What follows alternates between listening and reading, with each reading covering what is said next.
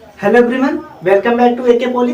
दोस्तों, हम सब बीएमए में आज चैप्टर नंबर 9 की स्टडी करेंगे, जिसका नाम है स्प्रिंग्स और जिसका ये लेक्चर नंबर फर्स्ट है। और दोस्तों, इससे पहले जो है हमने बीएमए में टोटल 8 चैप्टर कवर करा दिए हैं। यदि उसे नहीं देखे हैं तो जरूर देख लीजिए, क्योंकि दोस्तों वो 8 चैप्टर बहुत ही इंपॉर्टेंट है। जिसके बाद जो दोस्तों आपके बीएमए में टोटल 4 चैप्टर और रह जाते हैं, जिसमें जो है आज चैप्टर नंबर 9 हम सब स्टार्ट कर दिए हैं।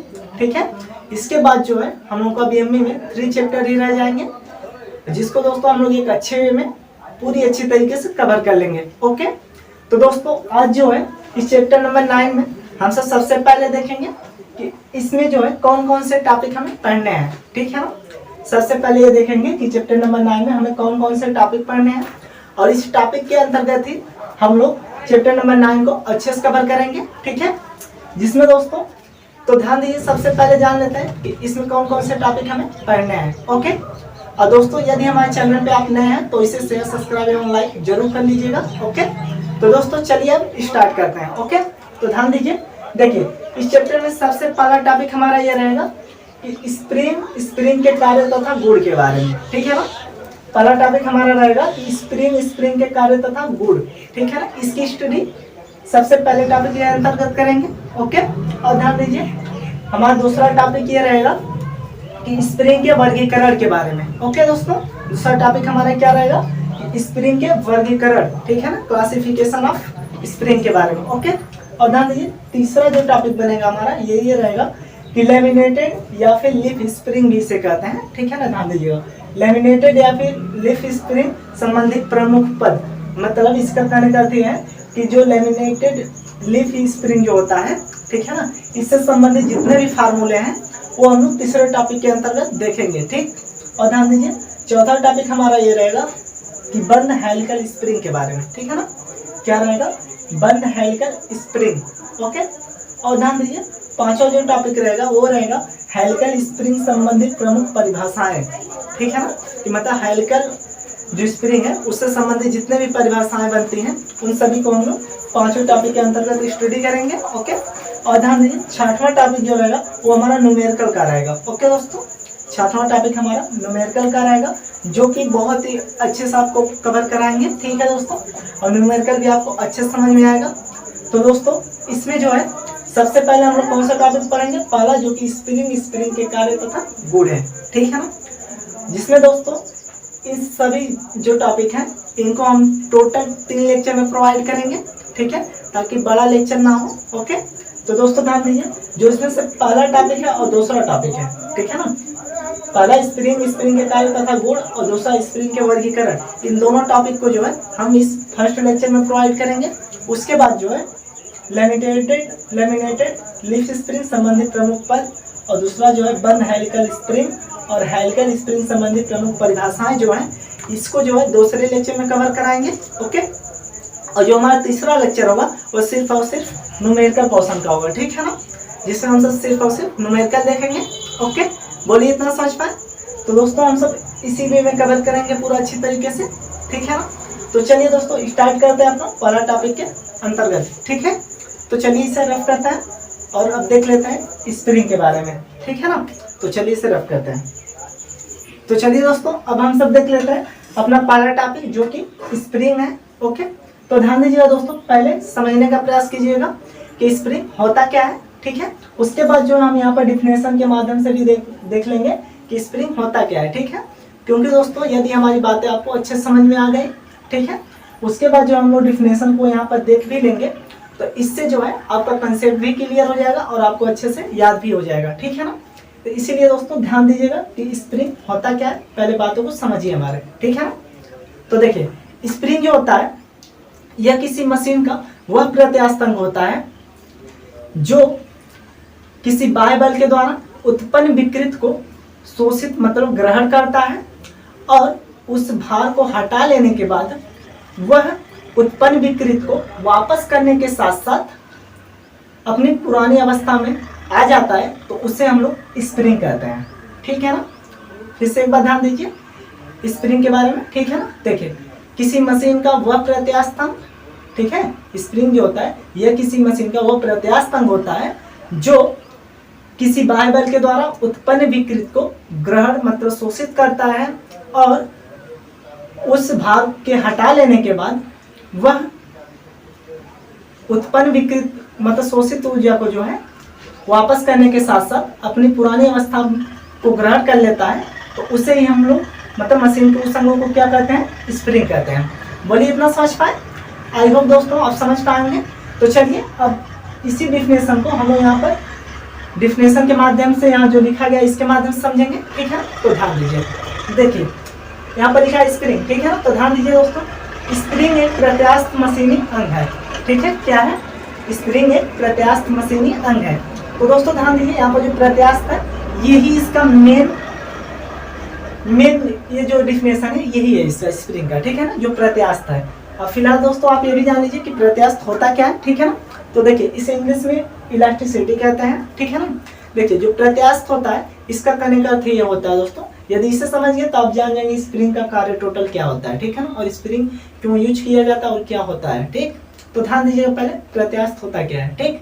तो ध्यान सुनिए, देखिए प्रत्यास्थ एक प्रकार का गुण होता है, ठीक है ना। मतलब इसे इस प्रकार से आप लोग डिफिनेशन बताएंगे कि जब किसी वस्तु पर कोई बाह्य बल लगाया जाता है तो उस वस्तु की आकार तथा आकृति चेंज हो जाती है और उस बल को हटा लेने के बाद वो पुनः अपनी प्रारंभिक अवस्था में आ जाती है, तो इसी गुण को प्रत्यास्थ कहते हैं, ठीक है। बोलिए इतना समझ पाए। और इसे याद रखने के लिए दोस्तों जैसे आप लोग जानते हैं रबड़ देखे होंगे, ठीक है। देखिए रबड़ अपने सेफ अवस्था में है ऐसे, ठीक है ना। अब देखिए उस पर जब कोई बाह्य बल लगा के मतलब खींचा जाता है, जैसे टेंशन लगा के, ठीक है ना, टेंसाइल फोर्स, उसे जब खींचा जाता है तो क्या होता है, उसकी आकृति और आकार चेंज हो जाता है और उस बल को हटा लेने पर वो पुनः अपनी प्रारंभिक अवस्था में आ जाती है, तो वही प्रत्यास्थता कहलाती है, ठीक है ना। तो आप लोग रबड़ के माध्यम से याद रख सकते हैं कि प्रत्यास्था का डिफिनेशन, ठीक है ना। बोलिए इतना समझ पाए। तो चलिए अब यहाँ पर देखते हैं अच्छे से, ठीक है। तो ध्यान दीजिए, देखिए स्प्रिंग एक प्रत्यास्थ मशीनी अंग है जिसका प्रमुख कार्य भारित अवस्था में उत्पन्न विकृत ऊर्जा को शोषित करना है और भार हटाने के बाद शोषित ऊर्जा को धीरे धीरे वापस करने के साथ पुनः अपनी प्रारंभिक अब आकार को ग्रहण कर लेती है, ठीक है। बोलिए इतना समझ पाए कि स्प्रिंग होता क्या है। आई होप दोस्तों आप समझ पाए होंगे, ठीक है ना। तो चलिए अब देख लेते हैं स्प्रिंगों की उपयोगिता अथवा कार्य के बारे में, ठीक है ना। मतलब इसकी उपयोगिता क्या होती है और कार्य क्या होता है इसके बारे में, ठीक है। फिलहाल आप लोग इससे परिचित होंगे कि इसका कार्य कहाँ कहाँ पर होता है और कहाँ कहाँ पर यूज किया जाता है, कब किस कंडीशन में, ठीक है ना। तो वैसे आप लोग जानते होंगे कि जैसे ऑटोमोबाइल्स हो गए, इंजन हो गए, इन सब में उपयोग किया जाता है। आप लोग ये भी जानते हैं ऑटोमोबाइल्स में कहाँ यूज किया जाता है, सीट के नीचे किया जाता है, ताकि उस पर हम लोग बैठते हैं तो क्या होता है, उससे जो झटका उत्पन्न होता है तो स्प्रिंग के द्वारा ही झटका कम उत्पन्न होता है, ठीक है ना। मतलब झटका में नहीं उत्पन्न, मतलब थोड़ा भी महसूस नहीं होता है स्प्रिंग के द्वारा ही, ठीक है ना। तो ध्यान दीजिए दोस्तों, ये चीजें हैं फिलहाल यहाँ डिफिनेशन के माध्यम से समझ लीजिए, आपको अच्छा समझ में आ जाएगा, ठीक है ना। तो देखिए पहला, बलों को नियंत्रित करने के लिए, ठीक है ना, इसका स्प्रिंग का कार्य क्या होता है, बलों को नियंत्रित करने के लिए, ठीक है ना, मतलब कम करने के लिए। देखिए झटकों को सोखने हेतु गद्दियों में, स्कूटर, मोटरों, रेल के डिब्बों आदि में इसका उपयोग किया जाता है। बोलिए इतना समझ पाए। और ध्यान दीजिए गति नियंत्रण तथा बल लगाने के लिए भी इसका उपयोग किया जाता है, ठीक है ना। कहाँ पर, गति नियंत्रण तथा बल लगाने के लिए, ओके। देखिए इसके अंतर्गत जो ब्रेक, क्लच, इंजन के वाल्व आदि में इसका उपयोग किया जाता है, ठीक है ना। गति नियंत्रण तथा बल लगाने के लिए कहाँ पर उपयोग किया जाता है, ब्रेक, क्लच, इंजन के वाल्व आदि में किया जाता है, ओके। और ध्यान दीजिए ऊर्जा को संचित करने के लिए, ठीक है ना, ऊर्जा को मतलब शोषित करने के लिए भी इसका उपयोग किया जाता है। कहाँ पर, घड़ियों तथा ट्रिगर यंत्र विन्यासों आदि में किया जाता है, ठीक है ना। जैसे घड़ियां वगैरह में इन सब में क्या किया जाता है, ये जो स्प्रिंग होते हैं ये उसमें जो उत्पन्न ऊर्जा होती है उसे जो शोषित करने का कार्य करती है, ठीक है ना, जो स्प्रिंग होती है। बोलिए इतना समझ पाए। और ध्यान दीजिए स्प्रिंग के गुण के बारे में, ठीक है ना।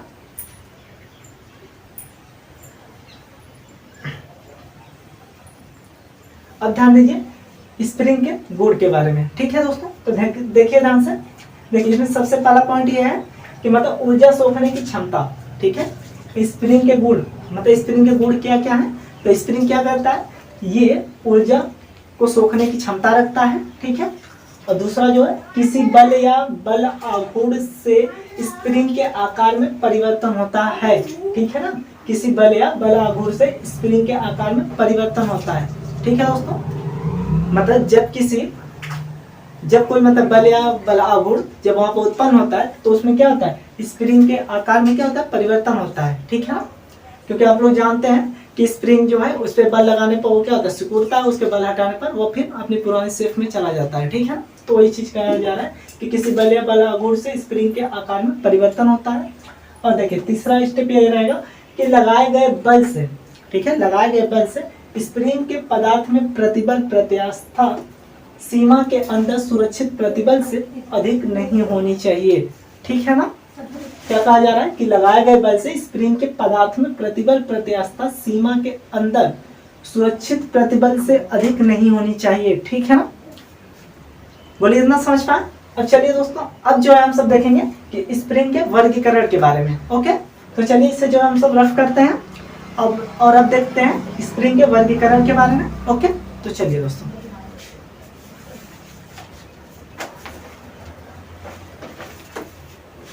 तो चलिए दोस्तों अब हम सब देख लेते हैं स्प्रिंग के वर्गीकरण के बारे में। ओके, तो ध्यान दीजिएगा दोस्तों, जो स्प्रिंग के वर्गीकरण है ये टोटल 4 प्रकार के होते हैं, ठीक है। जिसमें सबसे पहला जो होता है वो होता है हेलिकल स्प्रिंग, ठीक। और दूसरा जो होता है वो होता है स्पाइरल स्प्रिंग, और जो तीसरा होता है वो होता है लीफ या लैमिनेटेड स्प्रिंग, ठीक है ना। इसे पत्तीदार स्प्रिंग भी कहते हैं, ठीक है ना, इतना ध्यान दीजिएगा। और दोस्तों इसमें जो ये तीसरा प्रकार है ना, ये बहुत इंपॉर्टेंट है, ठीक है ना। ये एग्जाम में एकदम कंफर्म रूप से इस चैप्टर से यदि पूछना रहता है तो ये जरूर पूछेगा, ठीक है ना, इतना ध्यान दीजिएगा। जो तीसरा है लीफ या लैमिनेटेड स्प्रिंग, ठीक है। और ध्यान दीजिए जो चौथा है वो होता है डिस्क स्प्रिंग के बारे में, ठीक है ना। और पांचवा ब्लॉक स्प्रिंग होता है, ठीक है। तो दोस्तों चलिए इसे जो हम सब स्टेप बाय स्टेप पांचों को जो है जो स्प्रिंग के वर्गीकरण है इन सबको अच्छे वे में देख लेते हैं, ठीक है, और आपको अच्छे समझाते हैं, ठीक है ना। तो चलिए इसे रफ करते हैं और देख लेते हैं। सबसे पहला क्या रहेगा, हेलिकल स्प्रिंग। ओके, तो चलिए इसे सबसे पहले देख लेते हैं, ठीक है। इसे कुंडलीकार स्प्रिंग भी कहते हैं, ठीक है ना, हेलिकल स्प्रिंग को। ओके, तो चलिए इसे पहले स्टार्ट करते हैं, ठीक। तो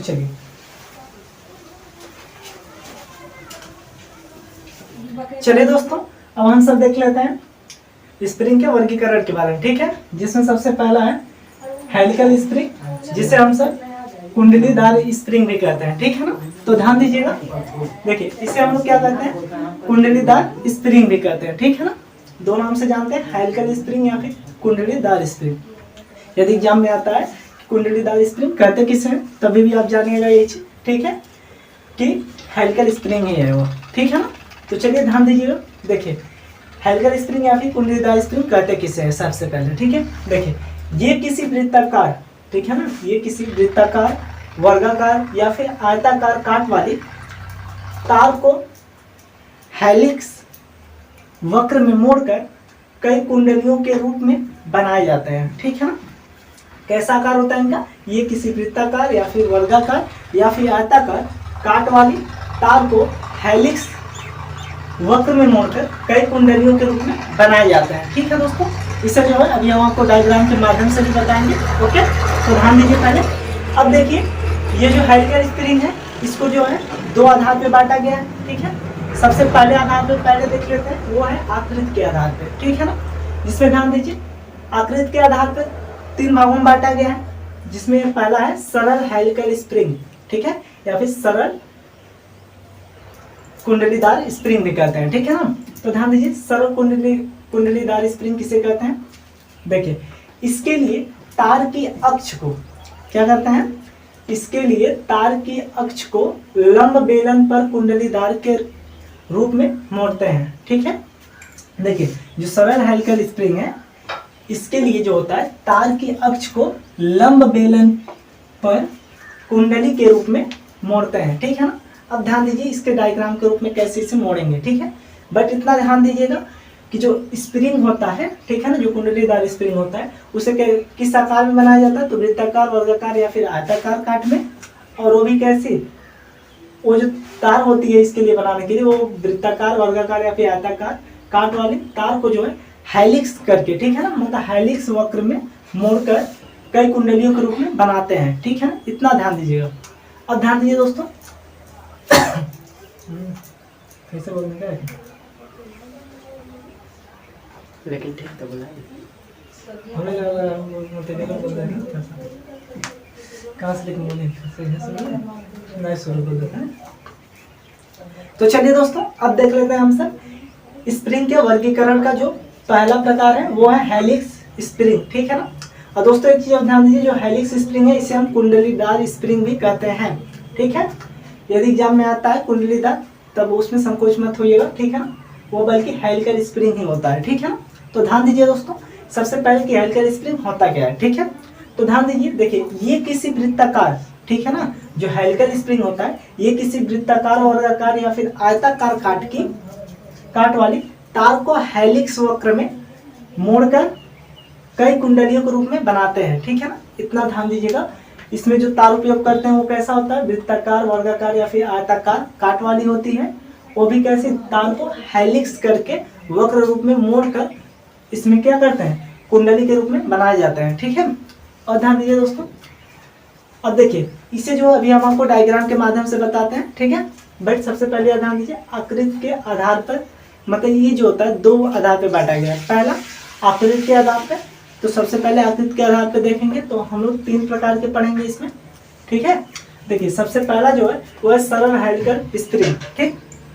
देखिए सरल हेलिकल स्प्रिंग जो होता है ये क्या होता है, इसको पहले देखिए इसके लिए तार की अक्ष को, ठीक है, तार की अक्ष को लंब बेलन पर कुंडली के रूप में मोड़ते हैं, ठीक है दोस्तों। अब ध्यान दीजिए किस प्रकार से इसे डायग्राम के माध्यम से कि इसके लिए तार की अक्ष को लंब रूप में, मतलब बेलन पर कुंडली के रूप में कैसे मोड़ते हैं, ठीक है ना। तो ध्यान दीजिए डायग्राम के माध्यम से समझिएगा, ठीक है। तो दोस्तों देखिए ध्यान से, इसमें जो होता है सबसे पहले ऊपर से जो होता है, एक मिनट पहले डायग्राम समझिए उसके बाद बता रहे हैं क्या लगता है इसमें। देखिए इसका जो डायग्राम होता है वो सेम इस प्रकार से होता है, ये बीच में एक अक्ष होता है ऐसे, ठीक है, जिसपे यहाँ पर देखिए गोलाकार ऐसे करके कोई भी बना दीजिए। देखिए कहा गया है वृत्ताकार या फिर गोला वर्गाकार या फिर आयताकार, ठीक है ना, कैसे भी इसका जो तार होता है इसे कैसे भी मोड़ सकते हैं, ठीक है ना। तो ध्यान दीजिए, देखिए अब इससे मान लीजिए हम वृत्ताकार में मोड़ रहे हैं, तो देखिए इस प्रकार से मुड़ेगा, और ध्यान दीजिए ऐसे, और इसे यहाँ से मोड़ते हैं, इसे इस पे लगाते हैं, ठीक है। अब ध्यान दीजिए फिर इसे यहाँ पर ऐसे करेंगे, ऐसे ये स्प्रिंग इस तरह से बनती है कुछ, देखिए यहाँ से बनाइए ऐसे ऐसे हुआ, ठीक है। अब ध्यान दीजिए फिर एक ऐसे ले जाते हैं जिसको यहाँ से यहाँ मिलाते हैं, यहाँ से यहाँ मिलाते हैं, और ध्यान दीजिए दोस्तों यहाँ से ऐसे होता है, इसे जो है यहाँ पर मिला देते हैं, थोड़ा और इसे बड़ा बना लीजिए ऐसे, ठीक है। अब देखिए ये जो है यहाँ मिलेगा और इसे जो है यहाँ से ऐसे मिला लेंगे, ठीक है। इस प्रकार से वृत्ताकार आकार में तार को मोड़कर इस मतलब हेलिकल स्प्रिंग को लगाते हैं, ठीक है। और ध्यान दीजिए इसके जो नीचे वाला पार्ट होता है, यहाँ पर एक वृत्त का ऐसे वृत्त बना होता है, हम छोटा बनाना है, शायद नीचे ज़्यादा दूर तक दिखाई ना दे, ठीक है ना। देखिए मान लीजिए ऐसे और इस प्रकार से, ठीक है ना, जिसपे यहाँ पर इसे जोड़ने के लिए इस प्रकार से बना दिया जाता है बीच में। ध्यान दीजिए देखिए कैसे, ऐसे, ठीक है ना, खोखला प्रकार का यहाँ पर ऐसे लगा दिया जाता है जिससे जुड़ा रहता है दोनों पार्ट, ठीक है। और ध्यान दीजिए दोस्तों इस पे जो होता है हमेशा कंप्रेसिव लोड लगता है, ठीक है ना। कैसा लोड, कंप्रेसिव, मतलब संपीड़न बल लगता है, ठीक है ना। इस तरह से संपीड़न बल लगेगा और यहाँ से जो है ये ऊपर की तरफ बल लगता है, यहाँ से इस वृत्त से ऊपर की तरफ बल लगता है, ठीक है ना। यदि एग्जाम में आता है तो आप लोग ऐसे ही डायग्राम बनाएंगे सेम, ठीक है। देखिए ध्यान से, ये किसका डायग्राम है दोस्तों, तो ये है सरल हेलिकल स्प्रिंग का, ठीक है ना। क्या लिखेंगे यहाँ पर, सरल हेलिकल या फिर कुंडलीदार, ठीक है ना, हेलिकल स्प्रिंग, स्प्रिंग। बोलिए इतना समझ पाए, आई होप दोस्तों आप ये समझ पाए होंगे। तो चलिए अब देख लेते हैं दूसरा है कोनिकल या शंक्वाकार स्प्रिंग, ठीक है ना। दोस्तों लाइट चली गई है बट कोई बात नहीं, ध्यान दीजिए। दूसरा क्या है कोनिकल, कोनिकल को हम लोग शंक्वाकार भी कहते हैं, ठीक है। अधिकतम करके शंक्वाकार करके ही पूछता है, ठीक है ना। देखिए शंक्वाकार स्प्रिंग, ठीक है। तो इससे ध्यान से देखिएगा, देखिए इसके लिए तार की अक्ष को लंब कोण पर कुंडली के रूप में मोड़ते हैं, ठीक है। क्या करते हैं ध्यान दीजिए, इसके लिए तार की अक्ष को लंब कोण पर कुंडली के रूप में मोड़ते हैं, ठीक है ना। ये देखिए ये फिलहाल शंक्वाकार स्प्रिंग नाम से ये स्पष्ट है, ठीक है। देखिए इसका जब डायग्राम हम लोग देखेंगे, फिलहाल दोस्तों ये डायग्राम आप लोग बना लीजिए ताकि यहाँ पर रफ कर दें और यहीं पर बना भी दें, ठीक है। तो चलिए देखिए अब जो ये होता है दूसरा जो शंक्वाकार स्प्रिंग है, इसे ध्यान से देखिएगा, ठीक है। बट इतना ध्यान दीजिएगा, इसके लिए तार की अक्ष लंब अक्ष को कोण पर कुंडली के रूप में मोड़ते हैं, ठीक है ना। देखिए कैसे, देखिए सबसे पहले शंक्वाकार की बात हो रही है, आप लोग जानते हैं नाम से स्पष्ट है। तो सबसे पहले यहाँ पर एक शंक्वाकार बनाइए, ऐसे ऐसे हुआ, एक ऐसे करिए और ऐसे, ठीक है ना। ऐसे बना लीजिए, फिलहाल इसे भी डॉट डॉट डॉट कर दीजिएगा, ठीक है ना। डॉट डॉट में है डॉट डॉट, देखिए इस प्रकार से डॉट डॉट कर दीजिएगा। और इसमें जो है अब देखिए ये जो पार्ट है इसमें आप लोग बना दीजिए स्प्रिंग को, ठीक है ना। देखिए कैसे बनाएंगे, ऐसे ऐसे बनाएंगे, ऐसे पार्ट को ये अलग अलग पार्ट कर दीजिएगा यहाँ से, ऐसे, ठीक है ना। अब देखिए यहाँ से इसे मिलाएंगे और यहाँ से इसे मिला देंगे, ओके। और ध्यान दीजिए अब जो है फिर यहाँ पर बनाइए ऐसे ऐसे, ठीक है। ऐसे डाल दीजिए यहाँ पर, देखो देखो ये हो गया। अब इसे जो है यहाँ से इस लास्ट वाले पोर्शन से मिलाइए और इसे यहाँ से, ठीक है। और फिर यहाँ पर बना दीजिए ऐसे ही वृत्ताकार रूप में ऐसे बनाइए, इसे निश्चित बनाइएगा ऐसे, ठीक है। देखिए यहाँ से जो है इस पार्ट को मिलाइए और यहाँ जो है इस पार्ट को मिला दीजिए, ऐसे ऐसे कर दीजिए, यहाँ पर इस तरह से बना दीजिए, ठीक है, रेखांकित करके। और ध्यान दीजिए एक और बना दे रहे हैं, देखिए ऐसे करके इस तरह से, ठीक है। यहाँ पर भी रेखांकित कर दीजिए और इस पार्ट को भी रेखांकित कर दीजिए, ओके। देखिए यहाँ से इस साइड को मिलाइए और यहाँ से इस साइड को, ठीक है। बोलिए इतना समझ पाए दोस्तों, यही होता है शंक्वाकार स्प्रिंग, ठीक है ना। क्या होता है, इसी प्रकार शंक्वाकार स्प्रिंग की आकृति होती है, ठीक है ना। आई होप आप इसे भी समझ पाएंगे। तो चलिए दोस्तों ये हो गया शंक्वाकार स्प्रिंग। और ध्यान दीजिए तीसरा होता है टेलीस्कोपिंग स्प्रिंग, ठीक है ना। ध्यान दीजिए ये क्या होता है टेलीस्कोपिंग स्प्रिंग, ये लंब कोण पर आयताकार काट की पट्टी को मोड़कर, क्या होता है, ये लंब कोण पर आयताकार काट की पट्टी को मोड़कर कुंडलियों के रूप में बनाया जाता है, ठीक है ना दोस्तों। इतना ध्यान दीजिएगा, ये लंब कोण पर आयताकार काट की पट्टी को मोड़कर कुंडलियों के रूप में बनाया जाता है। आई होप दोस्तों आप ये अच्छे समझ पाए होंगे। और इतना ध्यान दीजिए दोस्तों, एग्जाम में आता है तो आप लोग शंक्वाकार स्प्रिंग का ऐसे डायग्राम बनाकर नीचे यहाँ पर शंक्वाकार स्प्रिंग लिख दीजिएगा, ठीक है। आई होप दोस्तों आप समझ पाए होंगे। तो चलिए इसे जो है हम सब रफ करते हैं और अब देख लेते हैं। ये देखिए ये आकृति के आधार पे था, ठीक है ना। तो देखेंगे बल या बल आघूर्ण के आधार पे, ठीक है ना। तो चलिए इसे हम रफ करते हैं और उसे देखते हैं।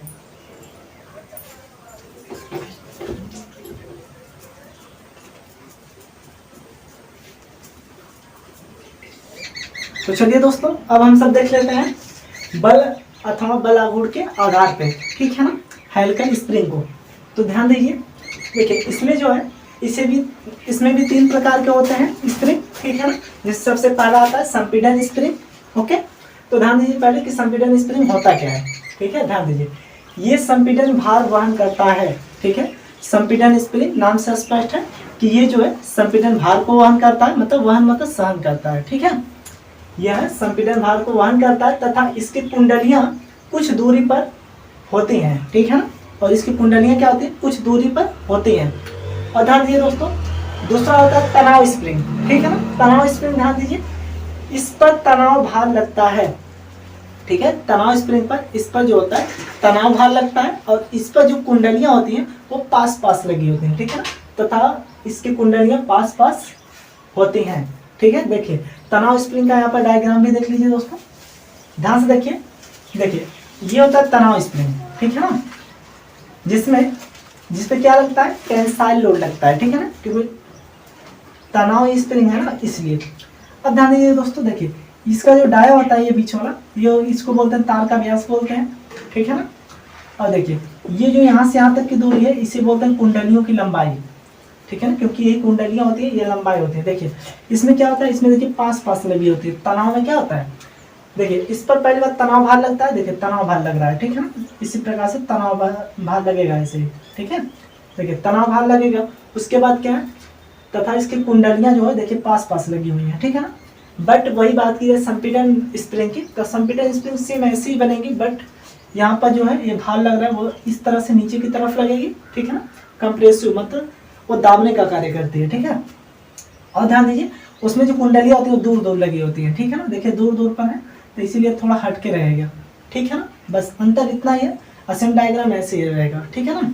और ध्यान दीजिए दोस्तों, और इसकी जो टोटल लंबाई है यहाँ से यहाँ तक की लंबाई को कुल लंबाई कहते हैं, ठीक है। और ये होती है कुंडलियों की लंबाई, और ये तार का व्यास होता है, और इस पर तनाव बल लगता है, ठीक है। बोलिए इतना समझ पाए। अब ध्यान दीजिए तीसरा होता है मरोड़ हेलिकल स्प्रिंग, ठीक है ना, मरोड़ हेलिकल स्प्रिंग। इसको ध्यान से देखिए, इस पर मरोड़ घूर्ण क्रिया करता है, ठीक है, इस पर क्या होता है, मरोड़ घूर्ण क्रिया करता है और एक संपीड़न स्प्रिंग के समान होता है, ठीक है। और ये कैसा होता है, ये संपीड़न स्प्रिंग के समान होता है, ठीक है ना। देखिए इस पर क्या होता है, मरोड़ घूर्ण लगता है, और ये कैसा होता है, स्प्रिंग संपीड़न स्प्रिंग के समान भी होता है, ठीक है। अब ध्यान दीजिए दोस्तों, एक चीज बहुत इंपॉर्टेंट वो ये है कि स्प्रिंग पदार्थ, मतलब स्प्रिंग को बनाने में कौन कौन से पदार्थ यूज किए जाते हैं, ठीक है। तो देखिए ध्यान से, स्प्रिंग को बनाने में carbon steel, manganese, nickel, chromium तथा सिलिकॉन स्टील आदि का उपयोग किया जाता है, वो भी स्प्रिंग बनाने में, ठीक है। स्प्रिंग के पदार्थ के रूप में क्या क्या यूज किया जाता है, तो कार्बन स्टील या फिर मैग्नीज और निकिल, क्रोमियम तथा सिलिकॉन स्टील आदि यूज किया जाता है, ठीक है ना। और ध्यान दीजिए इसके निर्माण विधि के बारे में, कैसे इसका निर्माण किया जाता है। यहाँ पर ध्यान दीजिए, इन स्प्रिंगों को ठंडी या गर्म अवस्था में, ठीक है ना, स्प्रिंगों को क्या किया जाता है, ठंडी या फिर गर्म अवस्था में तारों को मोड़कर बनाने के पश्चात टेम्पर करते हैं, ठीक है ना। टेम्पर मतलब जोड़ने का कार्य करते हैं, ठीक है ना। ध्यान दीजिए मतलब उस आकार में ढालने का कार्य करते हैं। देखिए इन स्प्रिंगों को ठंडी या गर्म अवस्था में तारों को मोड़कर बनाने के पश्चात टेम्पर करते हैं। ओके, आई होप दोस्तों आप इसे समझ पाएंगे। तो चलिए यही था हेलिकल स्प्रिंग के प्रकार, ठीक है ना, जो कि पहला था बल आकृति के आधार पे और दूसरा बल अथवा बलाघूर्ण के आधार पे, ठीक है ना। ये टोटल हमारा खत्म होता है। और दूसरा देखेंगे प्रकार है स्प्रिंग का, वो है स्पाइरल स्प्रिंग, ठीक है ना, स्पाइरल स्प्रिंग। तो चलिए इसे रफ करते हैं और उसे देखते हैं।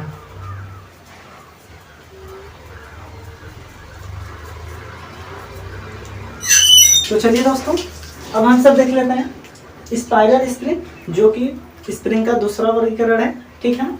ध्यान दीजिए वो क्या है, स्पाइरल स्प्रिंग, ठीक। तो दोस्तों ध्यान से पहले समझिए कि स्पाइरल स्प्रिंग होता क्या है, ठीक है ना। फिलहाल दोस्तों लाइट से चली गई है, फिलहाल फिर भी उम्मीद करते हैं दिख रहा होगा आपको, ठीक है ना। तो ध्यान दीजिए स्पाइरल स्प्रिंग क्या होता है, ध्यान से पहले समझिए। देखिए आयताकार पट्टी को, ठीक है, आयताकार पट्टी को स्पाइरल वक्र के आकार में मोड़कर यह स्प्रिंग बनाया जाता है, ठीक है ना। कैसे बनाया जाता है, आयताकार जो पट्टी होती है उसको स्पाइरल वक्र के रूप में मोड़कर यह स्प्रिंग बनाया जाता है, जो स्पाइरल स्प्रिंग होती है। बोले इतना समझ पाए। और ध्यान दीजिए स्पिंडल को मोड़कर, ठीक है, स्पिंडल को मोड़कर यह स्प्रिंग बंद करते हैं, ठीक। और ध्यान दीजिए और क्रिया रूप में स्प्रिंग धीरे धीरे खुलता है, जिससे सिरे सिरे पर लगा अंग भी घूमने लगता है, ठीक है। देखिए स्पिंडल को मोड़कर यह स्प्रिंग बंद करते हैं और क्रिया रूप स्प्रिंग धीरे धीरे खुलता है, जिससे इसके सिरे पर लगे हुए अंग भी घूमते हैं, ठीक है दोस्तों, यही लिखा गया है यहाँ पर। और ध्यान दीजिए तीसरा स्टेप यह है कि यह एक मरोड़ स्प्रिंग होता है। यह क्या होता है, यह एक मरोड़ स्प्रिंग होता है जो स्पाइरल स्प्रिंग होता है, ठीक है ना। और ध्यान दीजिए तथा घड़ियों, मोटर मोटर ब्रूस होल्डरों में प्रयुक्त होता है, ठीक है ना। इसका उपयोग कहाँ करते हैं, देखिए यह एक मरोड़ स्प्रिंग होता है जिसका उपयोग हम सब घड़ियों, मोटर ब्रूस होल्डरों में प्रयुक्त करते हैं, ठीक है ना। और ध्यान दीजिए, इन्हें उच्च कार्बन स्टील का बनाकर, कैसे बनाते हैं, इन्हें उच्च कार्बन स्टील का बनाकर कठोरीकृत तथा टेम्परित करते भी हैं, ठीक है ना। बोलिए इतना समझ पाए। तो चलिए दोस्तों अब देख लेते हैं हम सब डिस्क स्प्रिंग के बारे में, ठीक है। तो ध्यान दीजिए, देखिए जो डिस्क स्प्रिंग होता है ये चादर इस्पात की, ठीक है ना, ये चादर इस्पात की 1 से 20 mm तक मोटी शंक्वाकार प्लेटों द्वारा ये स्प्रिंग बनाए जाते हैं, ठीक है ना। ये कैसे बनाए जाते हैं, तो ये चादर इस्पात की 1 से 200 mm 20 mm, ठीक है। सो दोस्तों ये चादर इस्पात की 1 से 20 mm तक मोटी शंक्वाकार प्लेटों द्वारा ये स्प्रिंग बनाई जाती है। और डिस्क के व्यास, ठीक है ना, जो डिस्क स्प्रिंग होता है इसमें जो डिस्क होता है इसके जो व्यास होते हैं वो 28 से 300 mm तक होते हैं, ठीक है ना। वो कितने लिए जाते हैं, 28 से 300 mm लिए जाते हैं, ठीक है। तथा 520 किलो न्यूटन तक के उच्च संपीड़न भारों को सहन करने में प्रयुक्त किए जाते हैं, ठीक है। मतलब इसका कहने का अर्थ ये है कि जो डिस्क के व्यास होते हैं वो 28 से 300 mm लिए जाते हैं और इन्हें जो है 520 किलो न्यूटन के भारों को सहन करने के लिए वहां पर ये जो डिस्क स्प्रिंग है उसका वहां पर यूज किया जाता है। बोलिए इतना समझ पाए। तो अब ध्यान दीजिए इनका प्रयोग, ठीक है दोस्तों, इनका प्रयोग सीयरिंग, पंचिंग तथा ड्राइंग मशीनों पर कंपन सोखने के लिए इस स्प्रिंग का उपयोग किया जाता है, ठीक है ना। कहाँ कहाँ पर उपयोग किया जाता है, तो सीयरिंग, पंचिंग तथा ड्राइंग मशीनों पर कंपन सोखने के लिए डिस्क स्प्रिंग का प्रयोग किया जाता है। बोलिए इतना भी समझ पाए। आई होप दोस्तों आपको अच्छे समझ में आया होगा। तो चलिए इसे भी हम सब रफ करते हैं। अब बचे हैं 2, उनको भी देख लेते हैं, ठीक है ना। तो चलिए इसे रफ करते हैं।